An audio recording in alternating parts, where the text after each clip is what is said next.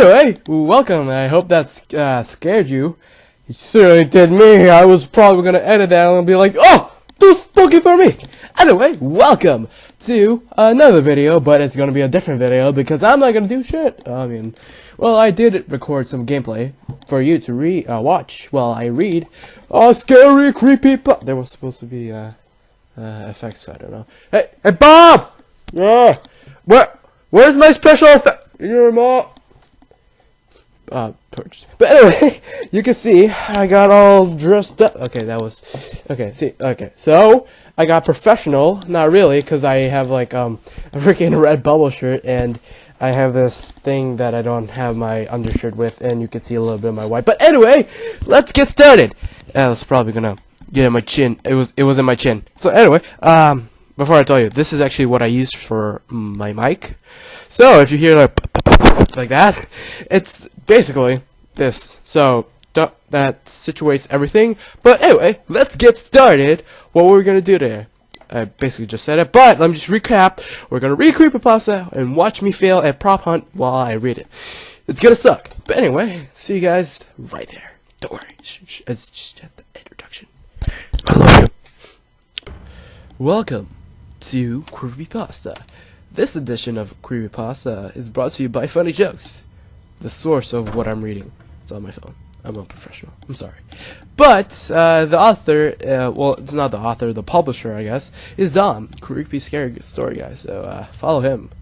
I'm not just saying. I'm just saying he's not writing the book, so I don't know who wrote it. Just leave it there.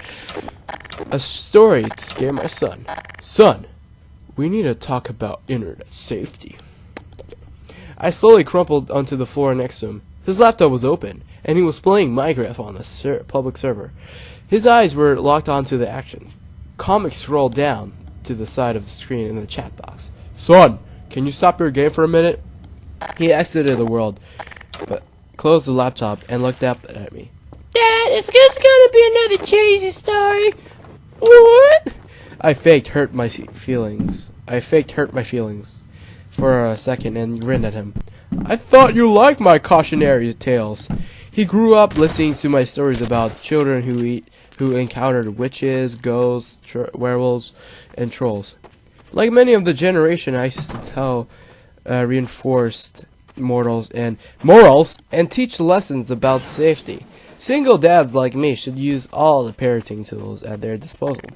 He scrunched up his face a little. They were fine when I was 6, but now I'm getting older. They don't scare me anymore. They're kind of silly.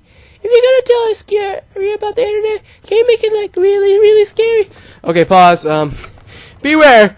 I am a little bit of a puss when it comes to scary stories. So, all right, back again. I squinted at him incredulously. He folded his arms. Dad, I'm 10 and I can handle it. Okay, I'll try. I began. Once upon a time, there was a boy named Colby, I think. Anyway, his expression indicated that he wasn't impressed with the terror of introduction. He sighed deeply and settled in for one of Dad's cheesy stories. I continued. Colby went online and joined several children websites, and after a while, he started talking to the other kids on the message boards. He made friends with another 10-year-old boy named Helper23. They liked the same video games and shows. They laughed at each other's jokes, and explored new games. After several months of friendship, Kobe gave Helper26 6 diamonds in a game they were playing. This was a very generous gift. Kobe's birthday was coming up, and Helper23 wanted to give him a cool present in real life. Colby figured it wouldn't hurt to give Helper23 his home address, as long as he promised not to tell to any strangers or grown-ups. Helper23 swore that he wouldn't tell anyone else, not even his own parents, and sent the mailing package. I paused the story and asked my son, "Do you think that was a very good idea?" "No," he said, shaking with his head vigorously. In spite of it, he was getting into the story. Well, neither did Kobe. Kobe felt guilty about giving his home address, and guilt began to grow and grow. By the time he was put on his pajamas the next night, the guilt and fear were larger than anything else in his life. He resolved to admit the truth to his parents. The punishment would be steep, but it was worth to have it a clear conscience. He squirmed out of his bed and waited for his parents to tuck him in. My son knew the scary part was coming. In spite of his tough talk, he leaned forward wide-eyed. I can't do that because I'm Asian, but anyway. He spoke quietly and deliberately. He heard the noises of all the house. The washing machine bounced around the laundry room. Branches scraped the brick against the brick outside his room.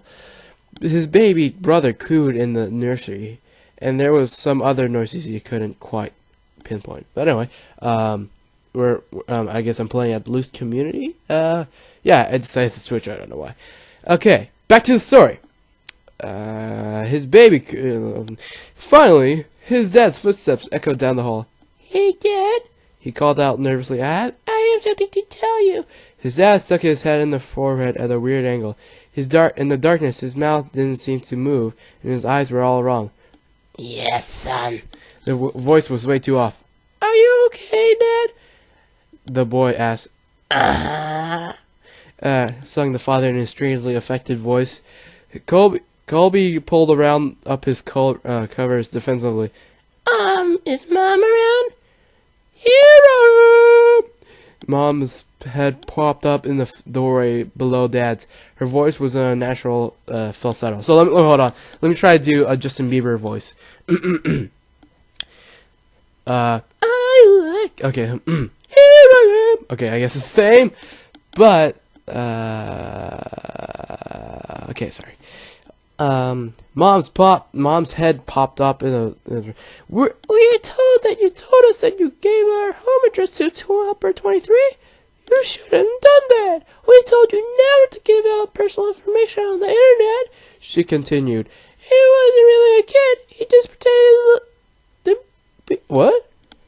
He pretended to be one. Do you know what he did? He came to our house, broken and murdered. Oh. Just so he could spend some more time with you. A fat man with a wet jacket emerged in the child's doorhead, holding two severed heads. Colby shrieked and gasped, but the man dropped the heads on the ground and sheathed his knife and moved to the room on the boy. My son screamed too. His twisted hands screamed defensively over his face. But we were just getting started with the story. Oh wait, hold on. So the frame story. We're paused for that, and the guy who we were talking. Okay, let me rephrase that. My son screamed too. He twisted his hands over his face defensively. But we were just getting started with the story. After several hours, the boy was almost dead, and his screams had become whimpers. The killer noticed the wailing of a baby in another room and removed the knife from Colby. This was a special treat. He never murdered a baby before, and was excited about the prospect. Helper 23 left Colby to die, and followed the screams through the nursery to the house like a homing beacon. In the nursery, he walked to the crib, picked up the baby, held it in his arms. He moved toward the changing table to get a better look, but as he held the baby, the crying died down. He looked up, smiled. Helper 23 never held the baby, but he gently bounced it up like a pro. He swiped his bloody cheek across the blanket so he could stroke the baby's cheek. Hey there, little guy. The beautiful rage of sadism melted into something warmer and softer. He walked out of the nursery, took the baby home, named him William, and raised him as his very own. After I finished the story, my son was visibly shaken. Between rage, saxito, breath, I don't know how to say it, S-T-A-C-C-O-A-T-O. But Dad, my name's... He stammered, but Dad... Oh, here comes the punchline, okay? But Dad, my name's William. I gave him a classic dad wink and tousled his hair. Of course, son. William ran up the stairs to his bedroom in a furious loss, but deep down, I think he liked the story. Well, that was a pretty too spooky for me scary one. I was gonna plan to sleep, but you know the usual comments. I was gonna sleep, but you know they didn't want me. So let me just commentate over the game over here.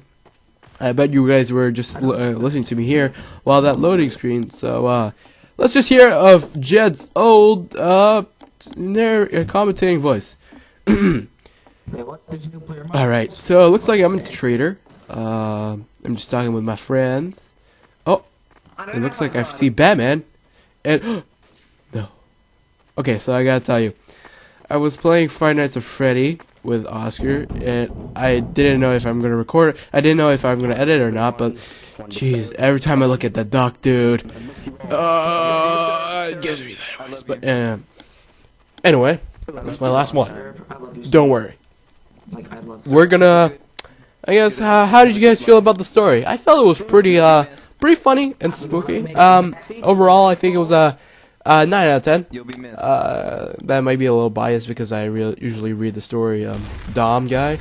I usually read his stories, but yeah, I say that they had a epic punchline and a very, I guess, cliche story. But yeah, see you guys in the next video.